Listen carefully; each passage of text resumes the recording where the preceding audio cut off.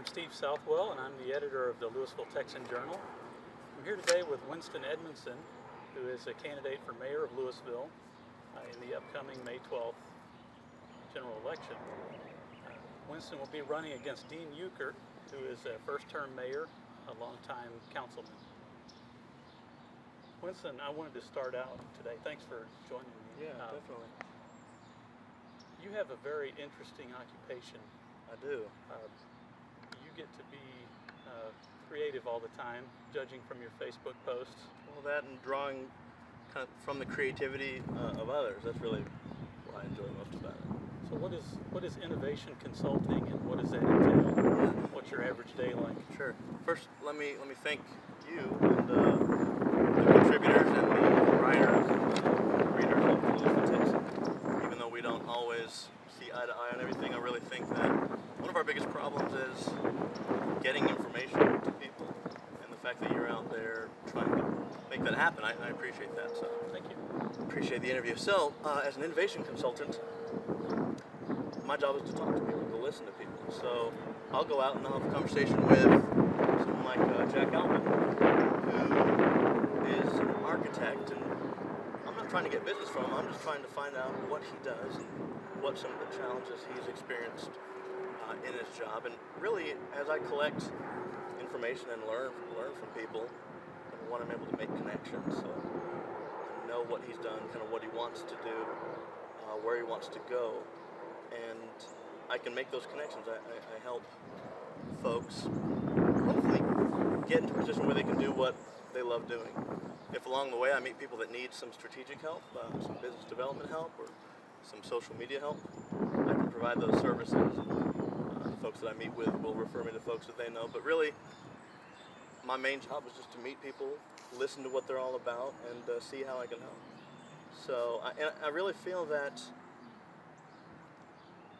you know, what I do, the nature of it, the fact that I really need to be listening and listening more than speaking, I think that lends to what I feel the mayor should be doing, which is listening to the people and kind of reflecting.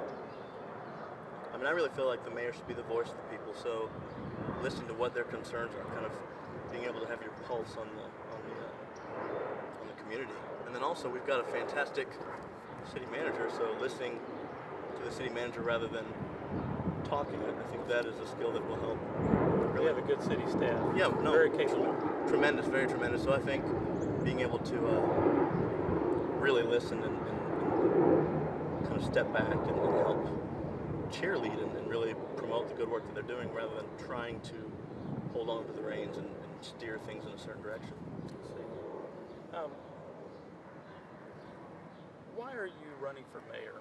And what are the, aside from the communication aspects that you just mentioned, what are the biggest things that you're trying to accomplish in this? So I actually wasn't going to run for mayor this time. I loved the process. I mean, it was probably one of the most rewarding experiences when I ran for mayor a few years ago.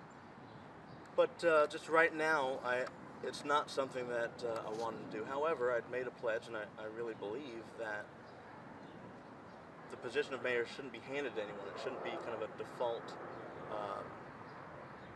I mean, I think the people should choose who the mayor is. And so I waited until the very last day and, had a lot of conversations with a lot of people, really encouraging. I mean, there are some women that I know that are really in tune with the community. I mean, they are out there, they are networkers, they know what the issues are, and I think they're very level-headed. I think they would have been great on the council or as mayor. You've said several times you'd like to see more women on council. I mean, it's been quite some time since we've had that, and so,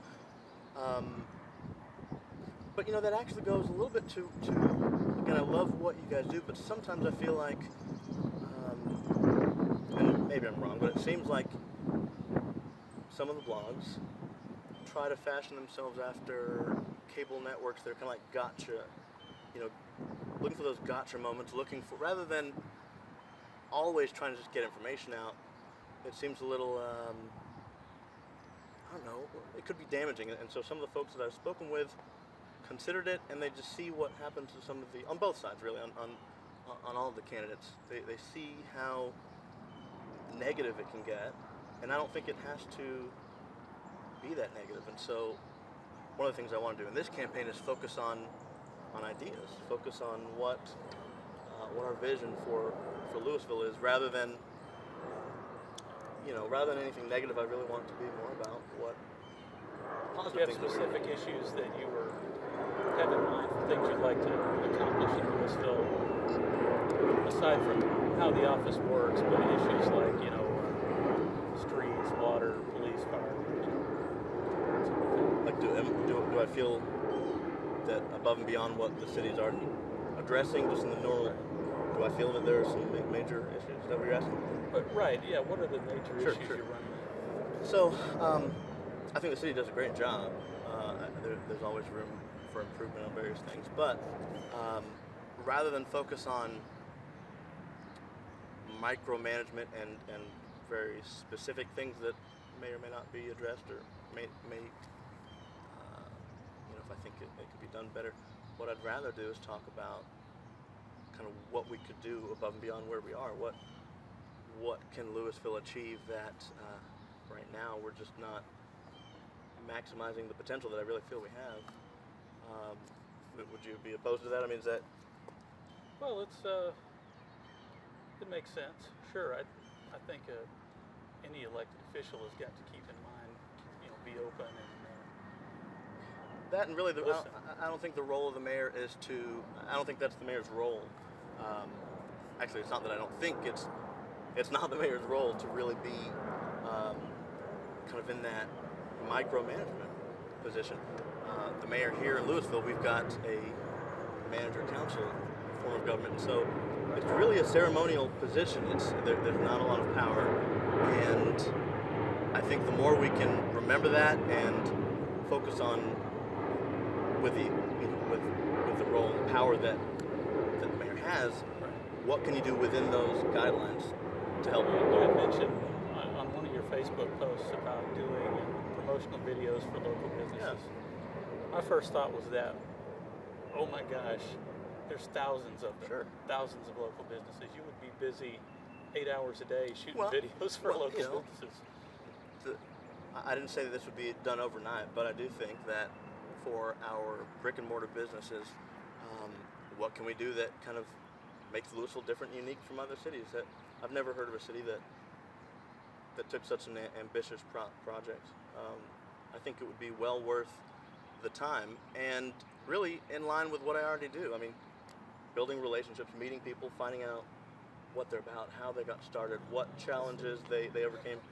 I mean, it's already what you're prospecting for business, aren't you? Well, no. I mean, I'm not talking about charging anything. I'm just talking about the conversations that I already like to have. Why not use that skill, and let's go ahead and shoot it. Let's let other people know who's in Lewisville. What are some of the exciting businesses that you didn't know about, that you didn't know were here? What are some opportunities to, rather than save $3 or $4 by shopping online, shopping here in Lewisville because you saw a video, you saw the face of someone that is raising a family here. I think those are some of the differences that would help. Well, that's something we could do today, right now. I can do it, you can do it. We can kind of promote this. Sure. But how can we push that out there in a lot? You and I can be very community conscious, and we can do that. And with our inner circle, we can recommend that to the folks. But what could the position of mayor do to help? I mean, although there's not a lot of power as far as governance, there's a lot of power in the way of PR and vision. What can you put out there that can make a difference? So that's my question. I haven't seen the mayor out there in any type of creative way. Over the last 3 years, there have been some ribbon cuttings, which is kind of customary, but what has the mayor done above and beyond to really help advance Lewisville and bring business here to Lewisville rather than Flower Mound, or rather than Highland Village or Carrollton? I suspect we'll probably hear from his campaign. I'd love to, yeah, definitely. I'd love to hear that. I have a few more questions for you. One of the criticisms that I feel, and that I've also seen online It's just that, you know, you approached this in 2009, the first time you ran, having never served on a city board. I don't think you were even registered to vote in Lewisville at that time. Now it's 3 years later. I noticed that you did apply for a board after the May election in 2009. Well, prior to the election. But I guess the question is, I mean, to go straight from Winston the citizen to Winston the mayor, what gives? Why I've go been straight kind of to the top like that? I've been kind of withholding that. I was saving that for you because you had asked, Okay. and then got it from a couple other people. But I wanted to give you the exclusive because I think a lot of what this election needs to be about is a little bit of education, kind of getting the record straight about what this position really is about. Because if you think in terms of what the average person probably considers the mayor to be, kind of maybe Chicago style, where it's the big boss who makes a lot of the rules and just has a lot of consolidated power. That's not what we have here. So if you're thinking in those terms, that would probably be a more legitimate question at that time. But because of the way Lewisville is set up, I think it's almost flipped. I think it makes more sense someone on the city council has more power than the mayor. And so That's true. What he's talking about is that on the Lewisville City Council, we have 5 council members and a mayor. And the mayor can't vote unless there's a tie from the other council members. So, which I believe in this term, since he was elected, he's maybe had to cast a tie-breaking vote 5 times. handful. Yeah, it's few and far between. And so the real power for people to say, why are you leapfrogging the city council? I really feel it's probably not appropriate to try to have a hierarchy because that's just not how it works. But if you really wanted to, I think the hierarchy would be mayor, and then the council would be higher than that. So, if anything, if there were kind of a certain order to do things, that would be more chronological than going from council to mayor. Start off as mayor and move to Right. It doesn't really make sense because it's really not a hierarchy. And I think that there's almost a very different type of, in my opinion, someone that is suited for the council might be very different than someone that's suited for mayor. I think the mayor in this form of government should be someone that is a promoter, someone that is used to naturally selling on others, on the behalf of others. Right. And so that's what I do. That's what I do on the radio. That's what I do just throughout the course of the day on social networks. I'm always advocating for the businesses that I feel are doing something special or something unique. And I think that's a great role for the mayor. Imagine if we had a mayor that was not only a skill but something that provided fulfillment. So imagine if we had a mayor that provided fulfillment. That was what they loved to do. It wasn't really asking them to go above and beyond. It was allowing them to use that office in a way that they love to do anyway. It seems like that's the type of mayor that would really help bring some additional, just some glory to Lewisville. We've got North Texas is made up of a lot of cities with a lot of positive things going. Plano, Frisco. You've got some great cities, and the fact is we are in a marketplace where our customers are citizens that live here, citizens that are looking where they want to move in the Metroplex, and we need someone who is able and willing to go out there and make the case. Lewisville is where you want to live, and here's why. Now, with this job, if you were to be elected mayor, is that compatible with your day job? Are you going to have the time for the endless ribbon cuttings and definitely, and public events? Yeah, and like I said, I think that at a minimum is what I do. I would prefer to be out there pretty regularly. I want to be the mayor of the people. I want to be out meeting with citizens, meeting with business owners. When I was running a few years ago, one of the things I said, and I was hoping that even if I didn't get elected, the mayor might steal this from me because I thought it would be good. But it was to have a day. I don't know if depending on the need, weekly, bi-weekly, monthly, but just open office hours where you can find me in the office of the mayor, or maybe a various businesses that could be there, and anyone that wants to talk, anyone that wants to share their ideas or express their concerns, you know where to find me on that day.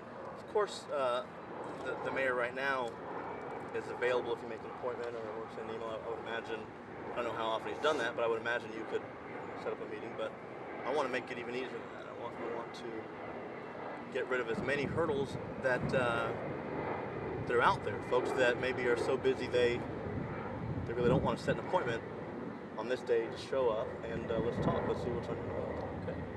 Well, now to those gotcha questions we were talking about. Okay, yeah. You know we have to do it. Yeah. Now, about 2 years ago, and this is touchy, and I don't want to make light of an unfortunate personal situation, but it's out there, and you know people are talking about it. Now, 2 years ago, you came on Facebook, and you mentioned that you had bought a house in Flower Mound. I had a house in Flower Mound, but yeah. Okay, to move your children so Right. they could go to school. Sure. So, tell us about that and where you've been living. And Yeah. So, a couple things. I'll have this conversation because I think there's a very important aspect of it. What I also want to say though is that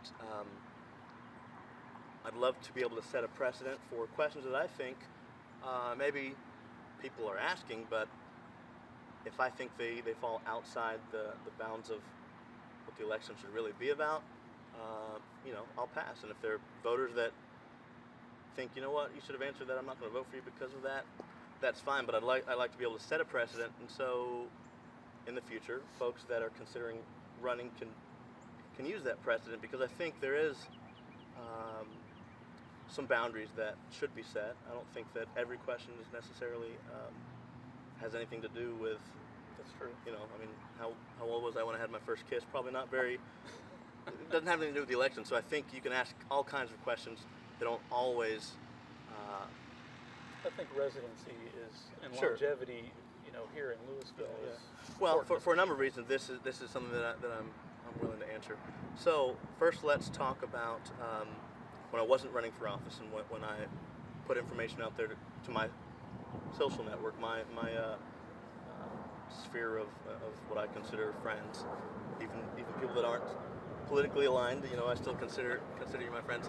I talked about the fact that I was pulling my kids out of private school because with 4 kids all in school right now, private school was just breaking the bank. So I need to have them in public school. However, where I live, Hedrick Elementary School is the school that they would go to. Now, statistically, there's a very high percentage of students that don't speak English natively. English is a second language, and when you're talking about the education for my children, regardless of any political ambitions or anything else on my mind, my kids come first, and I'm not going to try to make a point, political point or anything like that, by putting them somewhere where I think their education will not be maximized. And so, from my experience and speaking with teachers that love to teach and that teach English as a second language, for the most part, they will admit that when you are teaching to a mixed class and a large percentage that are English as a second language, they're not able to teach to their full capability. And the students that do speak English natively, they aren't able to. They're held back. I mean, it's not possible to teach to English as a second language students at the speed that you could if it was all native speakers. So there's some challenges there, and teachers are great at overcoming those challenges. And again, I know teachers that love what they do, but they do talk to me about how stressful it is and how they wish that they could help Johnny, who was just excelling and is a gifted student, but she's not able to give him that attention because the class as a whole can't support that.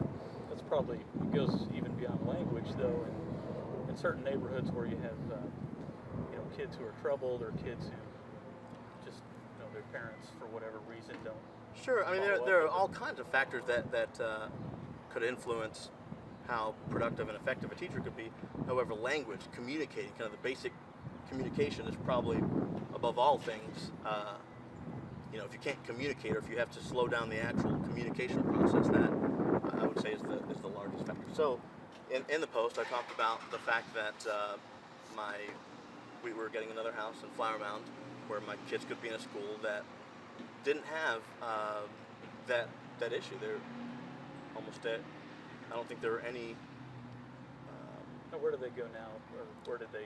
Well, they're in the Flower Mound. I mean, it's still in LISD, but yeah, in Flower Mound. So, and I think that's a conversation worth having, because I think that sentiment. I don't think there's anything wrong with that. We're not talking about being opposed to other cultures or other races. My kids are mixed, and so clearly there's no issue for me as far as me not wanting them to experience other cultures or races. It's purely the statistical issue of not being able to learn or be taught to the full potential. I was in LEAP in school, and my kids seem to be kind of in that gifted range, and so definitely I want to provide them with an education that can keep up with them. And so for parents that feel the same way that I do, I don't hold it against them that they may not that they may look for an opportunity for their kids to be taught where they can really have that maximized education.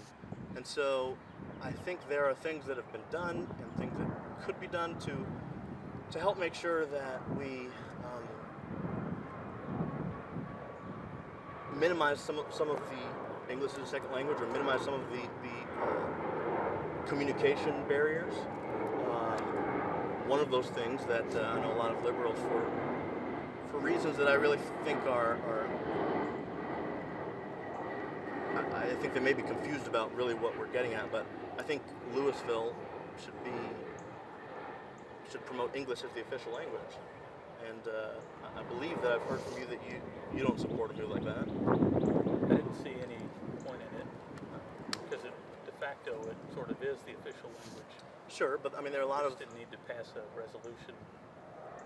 So, and I can appreciate that, but there are a lot of de facto truths that exist, but when people get behind something and really champion it, there are motivational factors that might bring more people to the table. And I think the more people that can understand and appreciate that here in Lewisville and Texas and the United States, to be as successful as possible, to really maximize your potential, you need to learn English. And I think rather than think of it as a punishment or you can't speak your native language, it's nothing like that. I'm not trying to tell people they can't celebrate their own culture or their own language. What I want to do, though, is champion English in a way that is motivational and will encourage people to learn it faster and to join our community. I mean, well, let me ask you this. We've got here in Lewisville pockets that really I don't feel they're part of the community because there's a language barrier. Are you okay with these pockets that they're almost sectioned off? I mean, we're not welcoming them into our community. Does that seem like a positive? No, it's never positive to be segregated, even if it's self-segregation. Yeah. I just tend to think it's a two-way street. That those of us who were born here need to reach out to those of us who came here later. Yeah. So I don't know. I agree that on a personal level we should be doing that, but I think without being harsh, I think by opening our arms and welcoming folks that aren't native, I think that's a positive thing. So I've had communications with the folks at Rosetta Stone, trying to figure out if there are any partnerships that we could perhaps, while we're making English the official language and championing English, provide some resources, maybe discounted resources, maybe really roll out the red carpet and helping people that experience that motivation they want to learn.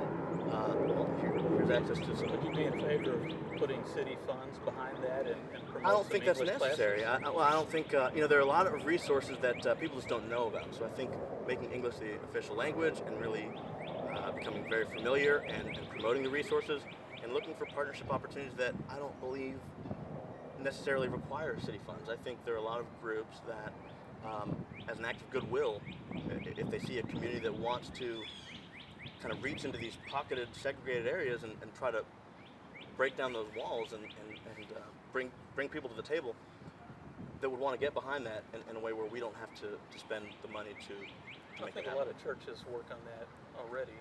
A lot of Sure. nonprofit groups And those that do, let's celebrate those churches. Let's just make an organized effort to make sure people understand that we want them to join our community. And once they're here, we love that we've got these cultural differences. We want to learn about what your culture is like. My parents are from Jamaica, and they're now U.S. citizens. But I get a kick out of it when they kind of go into their Jamaican kind of. So I think we can celebrate our differences and our culture while at the same time taking the necessary steps to welcome them into our community. And I think language is the very root. That communication is the single most important step to breaking down those barriers. you can see how some people would see that as a hostile act. Oh, sure. I think a lot of people assume it is, and that's why I feel that a mayor that is passionate about communication and about explaining things. I don't think it's acceptable to just put something out there with the best intentions, knowing that groups will take it the wrong way. I think you need a mayor that wants to get out there and explain it. I think people are pretty smart. If you take the time to have those conversations and tell them what the goal is and why it makes sense, I think they're less hostile. It's the folks that think, there are folks that I agree with on a lot of issues, but just kind of lack communication skills where they just want to push it out there and kind of tell you how it is. I think that's the wrong approach. I think we're all intelligent, and as mayor, I would want to have those conversations to explain what we're doing and why, and maybe even before that, get some input and have those conversations about what we'd like to do and why, and maybe get their buy-in before we just roll it out. All right. Another one, going back to your residency again, I believe the first time you ran, when we looked up the voter registration, you were in Carrollton, or had been in Carrollton at some point. When did you live there? I don't know. And we talked about it in the last election. 2004 or? Well, no. What I'm saying is, the house that I live in right now is the house that I built, and because we always kept it, and I was in Lewisville all the time. I didn't look at the very specific dates of, okay, for this period of time you were elsewhere. I knew I met the requirements as far as being eligible to run, and so, I just put kind of the big chunk of what I consider Lewisville. For this period of time, I've considered Lewisville my home. So, if that is a concern to someone and they don't want to vote for me because of that, I mean, that's their prerogative. I'm not gonna, because I don't remember. I mean, Long story short, you've been around Lewisville. You've lived in Lewisville for a grand total of about 23 years.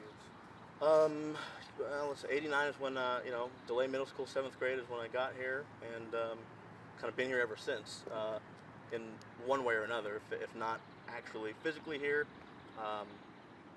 mentally and spirit, I mean, kind of still here. So, yeah, I guess for me, the takeaway is I'm eligible to run. I've been here long enough, and I've considered Lewisville my home for the entire period of time.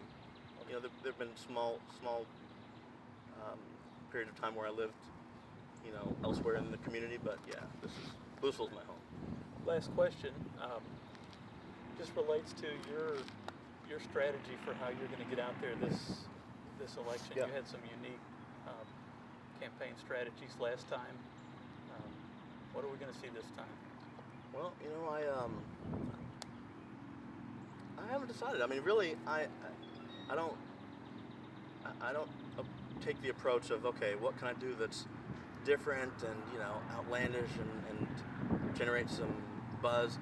Really, I'm just looking for opportunities to get in front of people. I mean, I want to have those conversations. I want to, you know, I want to meet people. I want to find out what their thoughts are on Lewisville. Why are they here? Do they want to stay? If not, why? What do they love about Lewisville? So I'm going to just kind of continue to just do my natural process of innovation and think about, okay, how can I get in front of those people? Because we've got, really one of my biggest issues right now is our turnout. You know, when it's time to vote, I'm embarrassed. I would imagine that as much as you communicate, you're probably a little embarrassed about the fact that we've got a tiny little percentage of folks that actually get out there and vote. And so my thoughts are, even if I don't win the election, if I can somehow get out there and get people to vote, you know, if we can have just a record turnout, I mean, way above what we've done in the past, and Dean wins in a landslide, I feel like I'll be happy with that, because maybe I won't be mayor, but if I can help facilitate a Lewisville where people are more active and engaged, I think once they learn that they can do it pretty easily and it makes a difference, I'm hopeful that that's a habit that they'll continue. So yeah, if I can get out there and kind of chastise the folks that live here and are slackers and aren't voting, you know. Well, I will join you on that, Winston, because if the only reason they get out to vote is because they're mad at me because I told them they're a slacker and they vote for Dean, I'll be okay with that, because I want to make sure that people in Lewisville are active and engaged and they know what's happening. I think this can be exciting, you know. The governance of the city. If you vote in Lewisville, you are carrying the weight of 20 other people who just choose not to vote. So, you know, I totally agree with you on that. We've got to do what we can to increase turnout, and not just turnout, but engaged turnout, like you say. Not sheep. I want folks that really want to kind of plug in, pay attention, and make their minds up.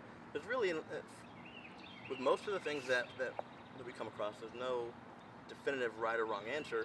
It's just a matter of kind of plugging in, seeing what you believe, what do your values lead you to. And so what I love about the election, and what I feel seems to be unique, and that a lot of people are out to win, I'm out there to make sure that people can find out what we're about and can kind of assess their values and vote for the person that is the right candidate for them. So if I lose, it's not really losing, it's just a matter that the folks that live here and that voted feel like the direction and the vision that Dean has is more appropriate. Marcia, you know, a good friend of mine that you know, kind of breaks my heart that she voted for me in the last election, and she doesn't want to vote for me again.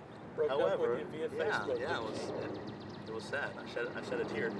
But I really feel that if after her analysis of the candidates, if she's kind of switched camps, I want her to vote for me. I want her to vote for the candidate that is the right candidate for her. So that's what I'm about, and hopefully we'll, what I'm doing, like you were doing, make sure people can make that assessment and make an intelligent decision and cast a vote.